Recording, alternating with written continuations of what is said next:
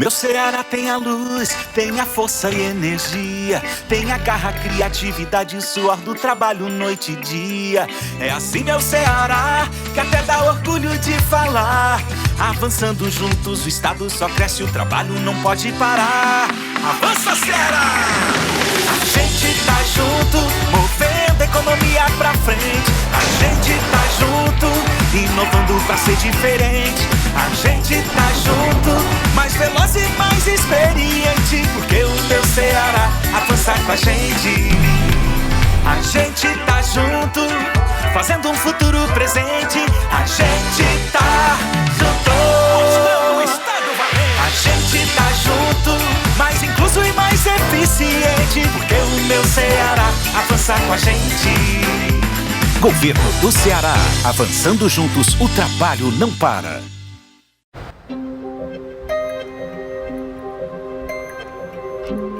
Às vezes a gente se pergunta, de onde vem essa força capaz de mover um país? No fundo a gente já sabe, vem de quem arregaça as mangas e faz acontecer. Fácil?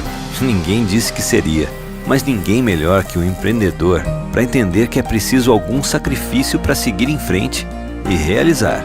Mas e aí, vai melhorar lá na frente? É nisso que a gente acredita, no trabalho, na soma dos esforços e principalmente em um país com mais liberdade para quem quer empreender e produzir mais. Vem crescer junto, porque de uma coisa você pode ter certeza: se um Brasil mais forte depende de todos nós, estamos prontos.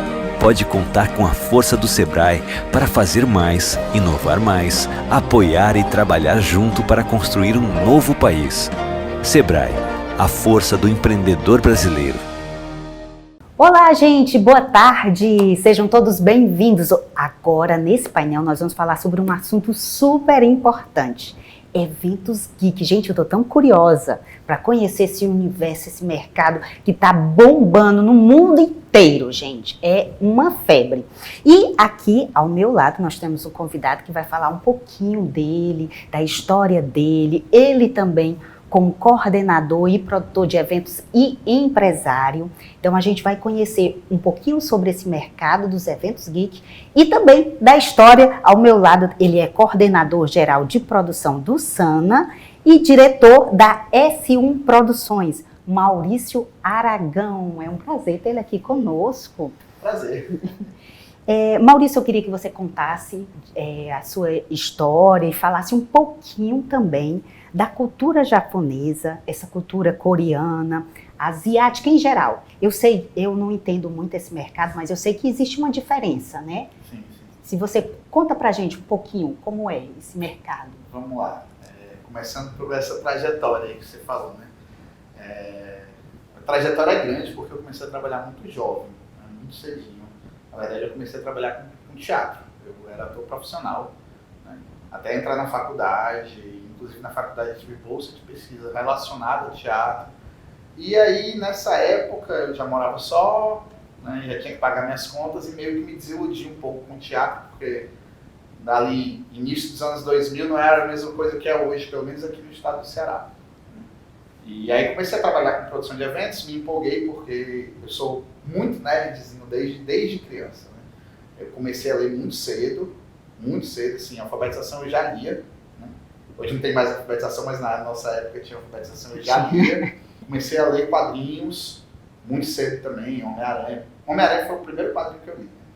E começou ali no comecinho dos anos 2000, começou a ter essa febre de eventos de cultura nerd geek. Aqui no Ceará, mais voltado para o japonês, né? Para a cultura japonesa, dos animes e tudo. Tudo herança dos anos 90, dos Cavaleiros Zodíaco e tudo. E esses eventos começaram ali no começo dos anos 2000, um pouco como uma coisa feita de fãs. Os eventos, na verdade, eram uma desculpa para um monte de fãs que não tinham acesso a muitas informações e a muitos produtos se encontrarem e trocarem esses produtos e trocarem essas experiências. Todo mundo muito jovem.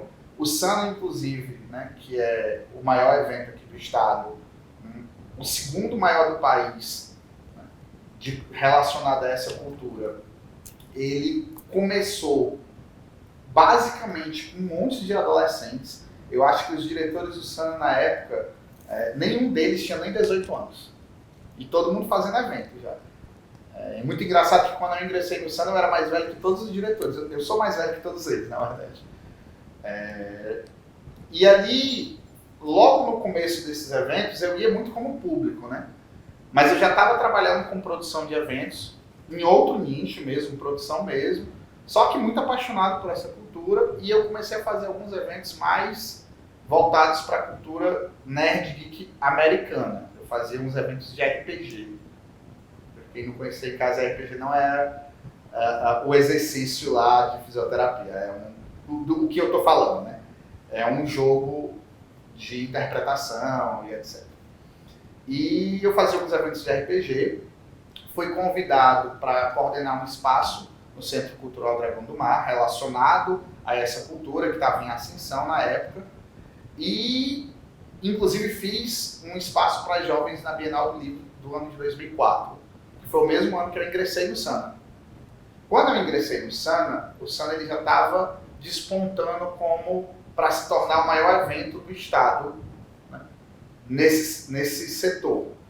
Mas naquela época o Sana era muito voltado exclusivamente para a cultura japonesa.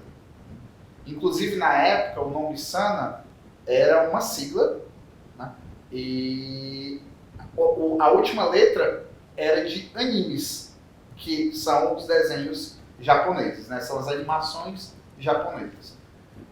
E aí, nessa época, eu fui pro Sana porque eles não queriam ficar só restritos a animes. Eu fui para coordenar o espaço de RPG lá. Já trabalhava no Dragão do Mar com isso, já fazia os meus eventos. O tempo foi passando e eu fui me profissionalizando como um produtor de eventos. E acabei que migrei de coordenar esses espaços de RPG para produzir mesmo, para transformar, junto com a direção do Sana, o Sana num evento mais profissional. Porque ele nasceu dessa vontade de um monte de adolescentes de se encontrar e trocar experiências. Então ele era feito assim da forma super amadora. Mas a direção do Sana, eles não eram só adolescentes com muita vontade. Eles eram pessoas, né, na época amadores, mas o instinto de se tornar grandes profissionais de produção. Tanto que eles hoje têm outras empresas relacionadas à produção de eventos, montadora e tudo. E nesse processo, eles se profissionalizando, eu me profissionalizando, a gente profissionalizou o Sana. Então eu comecei a trabalhar, larguei um pouco a parte artística do evento e comecei a trabalhar com a parte de coordenação mesmo. Cultura organizacional, divisão de cargos, né? Abrir um setor de logística no evento que não tinha, né? Não tinha, era tudo ali. Criei um setor de RH no evento que não tinha, um setor de marketing que não tinha, então a gente começou a se profissionalizar. E fiquei ali no evento até 2012. Em 2012 eu me desliguei do evento, do Sana, e abri minha própria empresa de produção, que também trabalhava com cultura nerd geek, mas não da mesma forma que o Sana. O Sana, ele que na verdade não é o Sana, né? O Sana é um produto da FCNB, que é a fundação que faz o Sana. Quando começou era só o Sana, e aí dentro do processo de profissionalização, os meninos fundaram a fundação, né? Fizeram a fundação e tudo mais, e aí a fundação se tornou a produtora, né? Mas a minha empresa não, a S1 Produções, ela veio com uma ideia de produzir eventos diferenciais, certo? Coisas fora da caixa. A gente trabalha muito mais com cultura nerd geek porque é o maior expoente que eu sou inserido, né? Mas eu trabalho com tudo. A gente estava até conversando, para uma família só, eu estou no 7º casamento da mesma família e que não tem nada a ver com cultura nerd geek, certo? Mas também não são casamentos convencionais, né? É casa de praia, que a gente transforma em buffet, são outras coisas. Então, voltando para a cultura nerd geek, quando eu criei a S1, a ideia era criar uma produtora que fizesse eventos e ações de trade em eventos fora da caixa.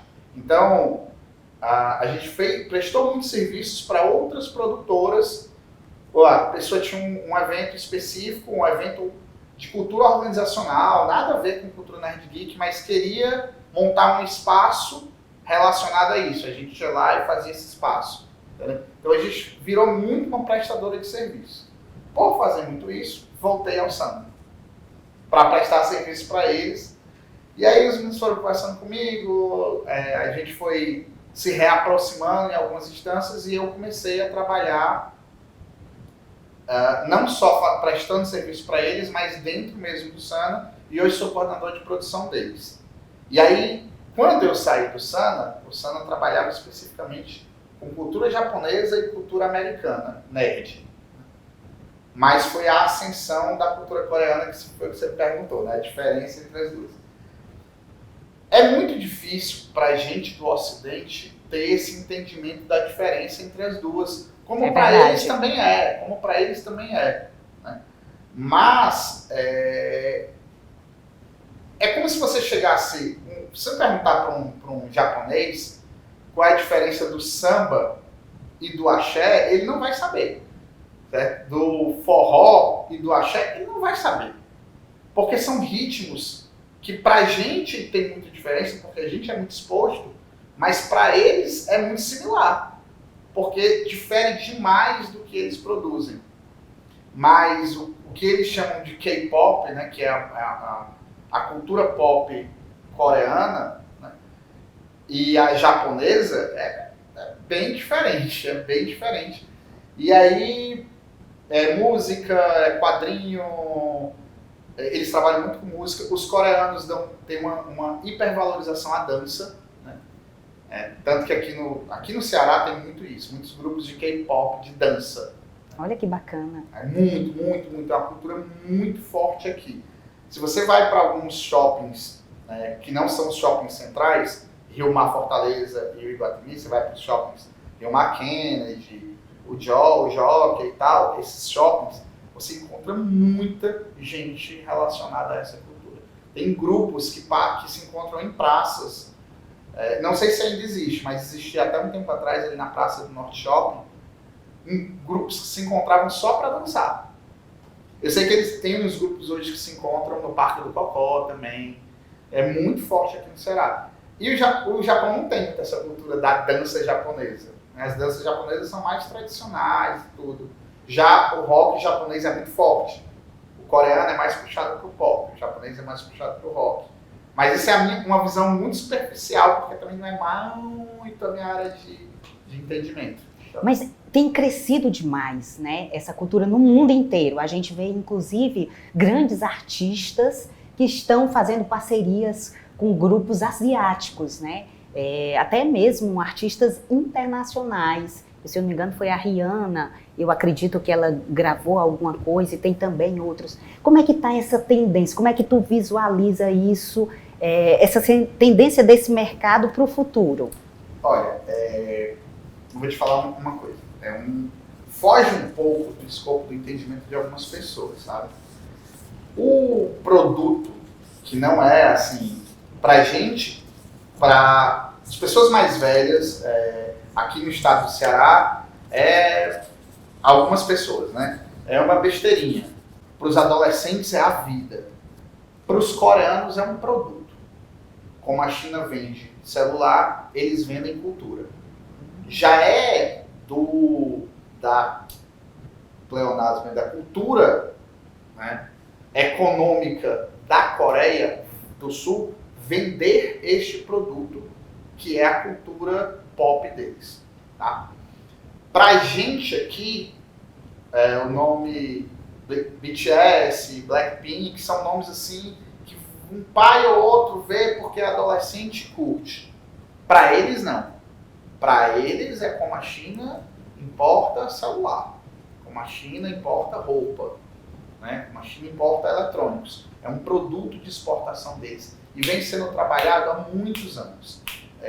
Para quem estuda um pouco cultura econômica, na década de 80 ou 70, a Coreia ela resolveu fazer um grande investimento na base educacional deles. E a cultura deles, principalmente essa cultura popular, essa cultura que não é nem só nerd geek, mas também música, dança, virou um produto de exportação. Você falou assim, grandes artistas como a Rihanna. O BTS é muito maior do que a Rihanna em números, entendeu? Acredito, tenho quase certeza disso. Eu conheço bandas japonesas que já são bem mais velhas e pouquíssima gente conhece porque na época o produto de exportação não era tão forte assim para o Ocidente, mas que os números são maiores que bandas do Ocidente. Todo mundo que está ouvindo a gente deve conhecer YouTube. Pouquíssimas pessoas, só a galera mais fã do Sana vai conhecer Larkin Ciel. Mas os números do Larkin Ciel, que é uma banda japonesa, são muito maiores do que os números do YouTube. E eles são um bruto produto de exportação do Japão. A cultura de animes do Japão é uma cultura de exportação. Porque quando eu vendo o meu produto para outra pessoa, ele não precisa ser só um celular. Ele pode ser uma música, ele pode ser um quadrinho, e ele traz dinheiro para mim, porque tem royalties, tem o próprio produto base, né, o quadrinho, etc., vai vendendo no mundo todo. Isso os Estados Unidos aprenderam há muito tempo. Né? E o Japão e a Coreia vieram.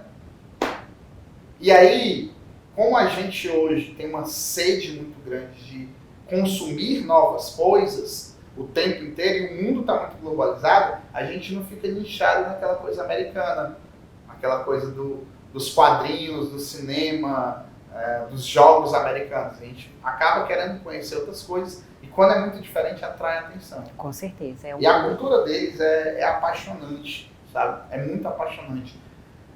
Você não fica ali naquela coisa que é sempre igual, sempre igual, sempre igual.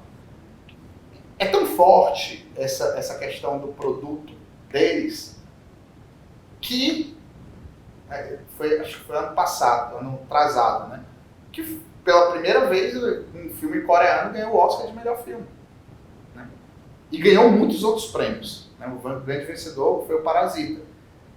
E isso não foi um caso isolado, isso não vai ser um caso isolado. Apesar de que a gente sabe que a Academia de Cinema de Hollywood ela é conservadora e tudo, mas ela tem deixado de ser conservadora e eles vão exportar outros produtos. E a gente que produz eventos de cultura nerd geek, o nosso olho é aberto para isso. A gente não pode ficar pensando só no Homem-Aranha, no Super-Homem, nos jogos de videogame americanos. Porque essa cultura ela vende tanto e às vezes até mais. O palco hoje, a gente tem 3 palcos principais, o Sana, por exemplo, a gente tem 3 palcos principais. Né? Um palco é o palco dos games, né?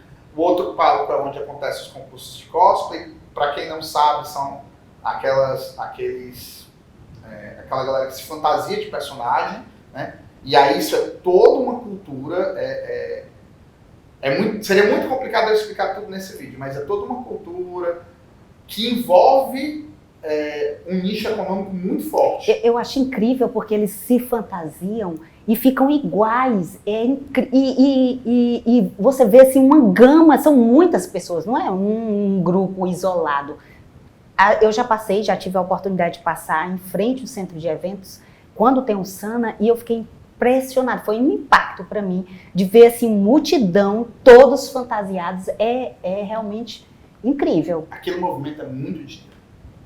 Existem várias pessoas no estado do Ceará que se sustentam, certo? Produzindo aquelas fantasias. Porque às vezes, por exemplo, eu acho muito bacana, eu gosto, né? E eu vou entrar já no ramo do preconceito sobre isso. E eu quero fazer uma fantasia de um personagem que eu gosto. Eu tenho um filho, eu tenho uma empresa, eu falo sempre que eu tenho um filho porque existem pais e pais, né? Eu sou pai de verdade. Então, é um divisor de águas. Para quem é pai de verdade, você sabe que o seu tempo fica assim. Eu tenho um filho, eu tenho uma empresa e eu presto serviço para várias outras empresas, né? Incluindo a FCNB. Eu não tenho tempo de produzir uma roupa legal, uma fantasia legal, mas eu quero ir. Então, se eu tenho um pouco mais de verba, eu contrato uma pessoa e ela faz a fantasia. E essas pessoas fazem um negócio perfeito. Isso custa. Custa porque dá trabalho, custa porque tem os materiais. Então, o que para uma pessoa é uma besteirinha, para outra é o seu sustento, certo? E para outra é um hobby. E ela diz assim, algumas pessoas vão pensar, isso é besteira, é coisa de gente doida. Eu sempre gosto de usar uma alusão, e eu sou apaixonado por futebol. Eu sou apaixonado por futebol. Que pode parecer estranho para algumas pessoas. Eu sempre faço ilusão que eu vejo pessoas que não gostam de futebol falarem a seguinte frase. Olha que besteira. 22 pessoas correndo atrás da bola e o povo gritando. Se você pensar, é porque o futebol ele já está tão inserido na nossa cultura que a gente tem uma outra visão. Para algumas pessoas é hobby. E é um hobby que eles levam muito a sério. Para outras pessoas é sustento, é trabalho. Mas se você pensar, assim como a literatura, e podem me criticar quando eu falar essa palavra aqui, é tudo besteira, é tudo entretenimento. Serve para você fugir da sua vida diária, né? do cansaço da sua vida, de cuidar da sua casa, de cuidar dos seus filhos, de trabalhar para se sustentar, para viver um momento em que você vai espairecer, em que a sua vida vai ficar mais leve. Pode ser o futebol, pode ser um livro, pode ser assistir um filme, pode ser se fantasiar com um personagem que você admira. Tudo isso, no final das contas, é a mesma coisa. Para algumas pessoas é entretenimento, para outras é sustento. E essa cultura do cosplay, ela sustenta muita gente. Como o carnaval. Se a gente for olhar de outra forma... Pronto, né? Perfeito. O carnaval é a mesma coisa. Que coisa mais aos olhos de uma pessoa leiga... Pitoresca, né? A pessoa fica imaginando como é o carnaval. Quando eu passei algum tempo morando fora do Brasil, e as pessoas me perguntavam como é essa paixão, esse carnaval, como é que vivencia isso, como é vivenciar, vocês vivem um carnaval o ano inteiro. E, na verdade, faz parte da nossa cultura. Já está tão intrínseco na gente que a gente nem percebe, mas que movimenta o mercado econômico. Um evento movimenta, gera milhões e milhões de empregos. Todo evento movimenta muito dinheiro. Desde o pipoqueiro que vende a pipoquinha, o cara que vende a balinha, a água, até o produtor, quem compra roupa. Então, é um mercado de eventos, gente, é um mercado muito grande, muito extenso e muito segmentado. Por isso que a gente está aqui no Recepcionar, trazendo um pouquinho para que vocês possam conhecer mais. Eu queria agora, Maurício, que tu falasse como é que ficou na pandemia. Não ficou, né? Assim, no início não ficou. A gente foi pego muito de surpresa, porque eu vou até pegar esse gancho que tu falaste do carnaval e fazer uma alusão ao Sana, porque é muito perfeito. Inclusive foi um aprendizado que eu tive agora, aqui eu vou levar isso daí para outros momentos na minha vida. Assim como o carnaval, o Sana, ele é muito similar ao carnaval. A diferença é que ele aborda outras culturas e outras temáticas. Mas desde a pessoa que vai lá fazer a sua fantasia para desfilar na Sapucaí, que é muito similar ao cara que faz a sua fantasia para desfilar no palco do cosplay, desde essa pessoa, entendeu? Até o pipoqueiro que vende lá na frente do Sana e o cara que vende cerveja na frente, numa pracinha de carnaval. São as mesmas coisas, só que com roupagens diferentes. Essas pessoas, elas passam o ano inteiro esperando por esse momento. Muita gente passou o ano inteiro esperando por carnaval, muita gente passou o ano inteiro esperando por Sana. Tanto as pessoas que vão para o divertimento, quanto as pessoas que vão pelo seu sustento. E a gente foi pego muito de surpresa, né, porque ano passado era para ter sido o nosso evento de 20 anos. Eram os 20 anos do Sana, e a gente tinha uma preparação assim, gigantesca. A gente estava negociando grandes patrocínios. Ia ser o nosso evento assim, mais grandioso de todos, né? A gente estava muito preparado para isso. E aí começou em dezembro, a gente já abriu o olho em dezembro, a gente abriu o olho para os primeiros casos da pandemia. Mas não, isso aí não vai dar em nada. Janeiro começou a apertar, fevereiro, e aí março veio o momento, né? E aí quando começou, a gente ficou bem perdido. E assim como a maioria das pessoas, a gente tinha esperança que em abril e maio, então a gente ficou parado. Vamos esperar. Qualquer coisa a gente faz o evento no fim do ano. Né? Qualquer coisa a gente segura e faz no fim do ano. Em maio a situação estava pior ainda, e aí o desespero bateu. Porque a gente tinha muita conta para pagar. E a gente fazia, até ali aquele momento, hoje não mais. A gente tem que estar começando a desenvolver vários outros projetos. Mas até ali, naquele momento, a FCNB, ela meio que funcionava em prol do Sana.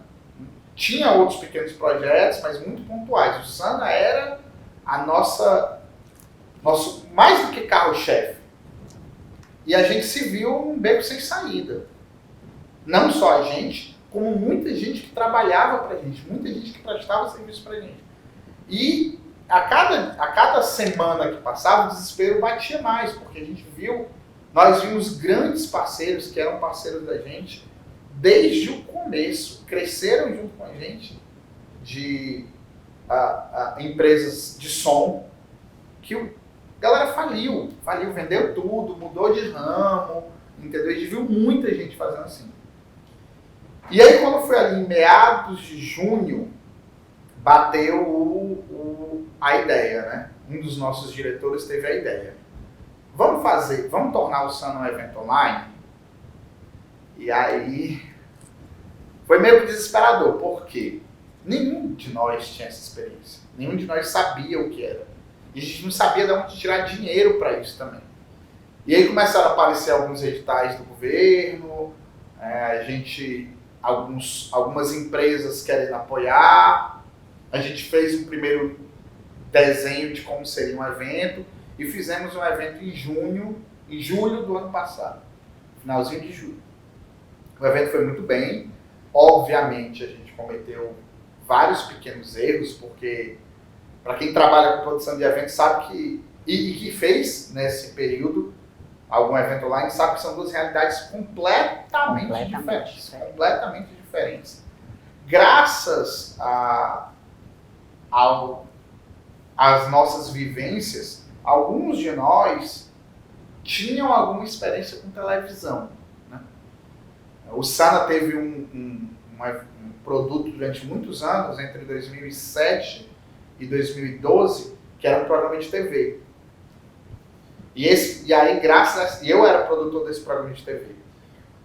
Graças a essa experiência que eu tive com o programa de TV, um dos nossos diretores, que foi quem teve a ideia, trabalhou muitos anos num sistema de televisão aqui do estado. Então, graças a essas experiências, não foi totalmente no escuro que a gente fez, mas ainda assim é uma realidade muito diferente. TV e um evento ao vivo. São realidades bem diferentes. E aí começaram a aparecer palestras, cursos, a gente foi fazendo alguns, assistindo alguns eventos e nos saímos bem. O evento foi bem sucedido. Para mim foi uma nota 7,5. Acostumado a campo é diferente. E aí, vamos nos programar para o Sana em dezembro, vai dar certo, está melhorando, né? Ali em agosto já estava melhorando a pandemia. E a gente viu que não ia. E aí fizemos um segundo evento online, mas julho do ano que vem dá certo. Não deu. Fizemos um terceiro evento online e agora, em outubro, vamos fazer um quarto.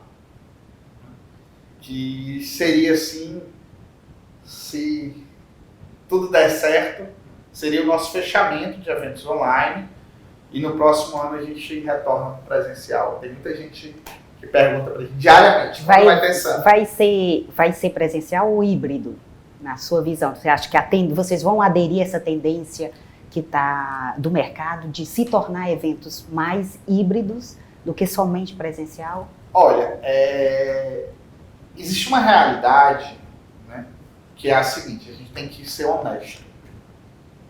O nosso setor está em frangalhos. Total. Você não encontra mais fornecedores, porque muita gente faliu. Eu não conheço, assim, sei lá, de 15 fornecedores que eu tinha para um produto específico, som, por exemplo, eu acho que eu tenho 4. Né? E quando o setor reabrir, esses 4 vão estar muito ocupados. Quem tiver dinheiro para investir, É uma boa. Quem tiver assistindo a gente aí, tiver dinheiro para investir em coisas como som, como montadora, coisas de parte técnica principalmente, invista, porque esse setor está em frangalhos. E a gente não tem dinheiro para pagar fornecedor. Não existe fornecedor e a gente não tem dinheiro para pagar fornecedor. A realidade é essa. Então a gente depende muito de incentivos, tanto de grandes empresas, quanto incentivos de editais do governo, para poder sobreviver no começo. Porque tem muita gente que fala assim, como é que o Sana está sem dinheiro, dá 60 mil pessoas no centro de evento. Gente, vocês não têm noção.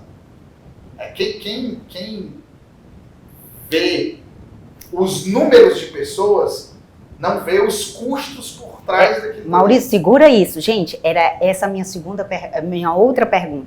Falar das dificuldades de trabalhar com evento. Porque todo mundo olha pra gente ou vê um evento e acha que tá tudo lindo, tudo maravilhoso, mas ninguém sabe o que foi por trás, o início de tudo, os desafios, as adversidades. Tem que ser resiliente para poder permanecer no mercado. E aí, pode continuar, fala aí. Quais os desafios? Pronto, então assim, financeiramente, pra gente é muito complicado. Finalizando a tua pergunta sobre híbrido ou não, e já entrando na próxima, a gente vai manter algumas coisas de forma híbrida. Por quê? Porque a gente não tem condições de voltar agora 100%. A gente vai ter um evento presencial, a gente vai ter convidados presenciais, a gente vai ter as nossas maiores atrações de forma presencial, mas a gente vai optar também até para dar novas oportunidades, né, algumas coisas de forma híbrida, principalmente participação de convidados, porque é também uma oportunidade de ter um novo entendimento do mercado. Eu acho que manter essas atrações híbridas traz para a gente oportunidades novas, que a gente não tinha antes, porque a gente não tinha essa visão. Então eu acho que é inclusive uma boa escolha manter o híbrido. Mas na grande maioria, o Sana, diferente de alguns outros eventos, e aí vai as diferenças de evento para evento, né? Diferente, por exemplo, de um congresso, onde você vai lá para escutar o palestrante. Na verdade, se você pensar bem, você vai lá pelo conteúdo. Então pouco importa se o palestrante vai estar a 1000 quilômetros de distância ou a 100 metros de distância, porque você está lá pelo conteúdo dele. No Sana você vai para viver uma experiência, entendeu? É como um show de uma banda. Mas o vídeo de show de uma banda é como ouvir uma música no Spotify, entendeu? Então não tem muita diferença. Você vai para o show de uma banda para sentir aquela energia, para estar perto. É uma troca. Então o Sana tem muito disso. Então, por mais que a gente queira algumas coisas de forma híbrida, sim, a grande maioria do evento ainda vai ser presencial. Mas vamos ter algumas coisas de forma híbrida. E aí a gente entra na questão que eu te falei, né, do custo do evento. Muita gente falou pra gente durante a pandemia, mas vocês se mantêm, o evento dá 60 mil pessoas, né? E o ingresso, aí eles fazem o cálculo que é assim, o evento dá 60 mil pessoas, o ingresso custa R$60 os 3 dias, então 60 vezes 60 mil, dá tanto quanto vocês lucram. Gente, mas vocês tiveram patrocínio disso? Os nossos patrocínios cobrem, nem sei se cobrem, o aluguel do centro de eventos. Pronto, acabou. O aluguel do centro de eventos é um negócio absurdo de caro. Quem faz aí sabe, quem faz evento no centro de eventos sabe. E o centro de eventos, eu fujo sempre de dizer isso, mas eu não consigo. O centro de eventos é um elefante branco. Porque ele é zero preparado para você fazer qualquer absoluta coisa, entendeu? Quem trabalha no centro de eventos, não indo lá e produzindo uma parte artística, até às vezes sente essa dificuldade, mas quem trabalha na técnica do centro de eventos sabe o sofrimento que é trabalhar naquele espaço. É uma logística complicada, é verdade. o antigo centro de convenções, apesar de todos os pesares, e vai ter gente que vai me odiar quando eu falar isso, apesar de todos os pesares do centro de convenções, eu preferia 1000 vezes trabalhar lá. Você conseguia dividir melhor os espaços, você tinha, bem ou mal, você tinha um teatro, você tinha um auditório ali que funcionava como um teatro, por mais sucateado que tivesse. Se tu tentar montar um teatro ali no centro de eventos novo, é uma fortuna, é um absurdo de dinheiro. Quem trabalha no teatro, eu vou te confessar, Maurício, vou confessar para vocês, eu também sou formada em teatro. Eu fiz curso de arte dramática e fiz colégio de direção teatral aqui no nosso estado. Então, quem trabalha com teatro sabe que foi um assassinato que aconteceu no nosso estado, porque o teatro tinha uma acústica perfeita. E o que faz ser um teatro bom é a acústica. E a estrutura. Então, realmente, para quem é do universo do teatro, foi um assassinato que fizeram. E fazer show ali no centro de eventos é muito ruim, porque a acústica é horrível. É horrível. Tipo assim, não sei o que aconteceu durante a produção, e aí entra em política, eu não quero entrar nisso, eu falando de espaço, técnica, né? Espaço técnico. Não sei o que aconteceu na construção daquele espaço que você faz um centro de eventos, que é para abranger tudo e não comporta de forma eficaz, 100% eficaz, nada.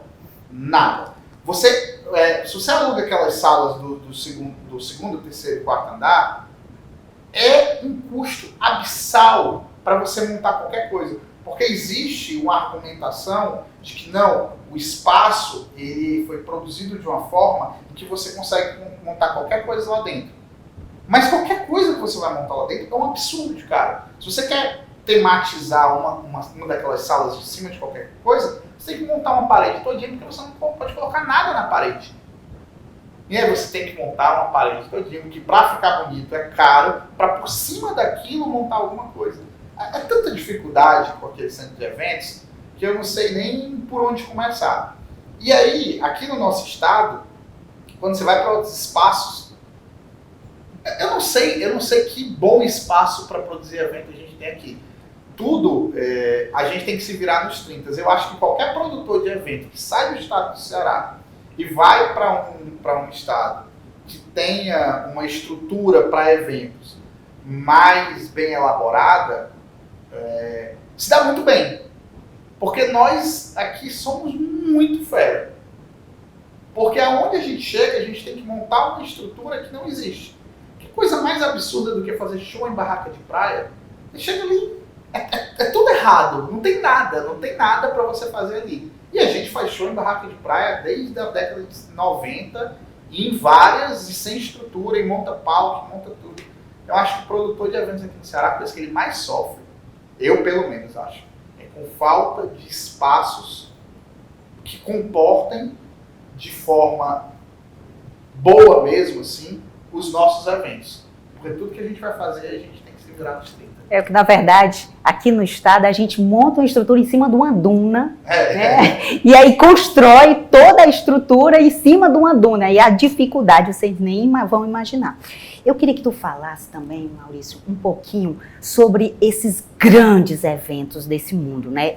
É esporte, se eu não me engano, e tem um Garena, Liga Brasileira de Free Fire. É um evento gigantesco, eu estava visualizando ele no... A gente vai colocar umas imagens também aí para vocês conferirem. Gente, é fantástico, eu fiquei impressionada como ele é um mega evento, na verdade. É assim, os eventos de games, né, são os esportes, eles não são a febre do momento, eles são febre há um bom tempo. O Free Fire, especificamente, é um jogo que, no momento, é uma febre, né? Ele é um jogo um pouco mais novo. Tem outro também que é inclusive mais novo que ele, que é o Valorant. Mas o Free Fire é, assim, a febre. Tanto que a gente vai investir muito no Free Fire no nosso próximo evento, tanto online quanto no presencial. O Free Fire vai ser um dos nossos carros-chefes. Né? Os eventos de games... eu acho que eles são os maiores da atualidade na cultura nerd, sabe? E o que acontece muito são campeonatos, sabe? E a cultura de transformar os campeonatos de games num esporte, ela é muito forte hoje. Se você for ver, grandes clubes que não são de futebol, a gente fala que é de futebol porque é o esporte principal deles, estão investindo em e-sports grandes. O Flamengo tem um time de League of Legends, que é um jogo já mais velho assim, a gente fala mais velho, mas não vou chutar a data porque não é minha área, tá? Mas deve ter aí uns 10, 12 anos. Né? Tem um time de League of Legends que compete já é bem competitivo, já fica ali entre as primeiras colocações do Campeonato Brasileiro, tá? Acho que outros times brasileiros também já tem, Botafogo eu sei que tem também, sabe? E há hoje um grande investimento, se fala inclusive, eu acho que em Olimpíada comportando esportes. Então, os eventos de esportes eles já vão para um outro nível. Né? A gente tem, por exemplo, no Sana, tem campeonatos de esportes, mas não é no nível de um evento de Free Fire, de um evento de League of Legends que já comporta. A gente chegou a ter aqui evento já na Liga, na Vila Olímpica, já chegou a ter um evento de League of Legends muito grande. Aí já é eu acho que movimenta mais do que esses eventos como o Sana, como a Comic Con, né, que são eventos mais multiculturais.